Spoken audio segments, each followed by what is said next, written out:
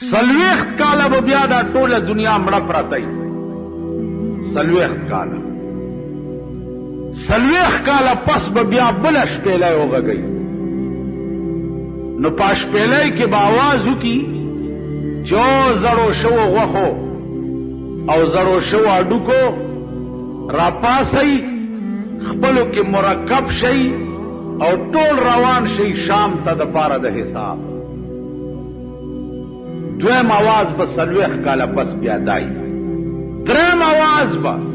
چې قیامت کې فیصلې وشي او تقسیم وشي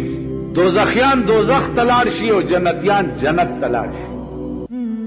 نو د اسرافیل درېمه ډیوټي به بیا په جنت کې جنتیانو ته سرود غږی او د خوشحالۍ میلې او اسباب به ورته جوړی درېم آواز به بیا دای څلورمه ملائکه ده اسرائیل علیه السلام هغه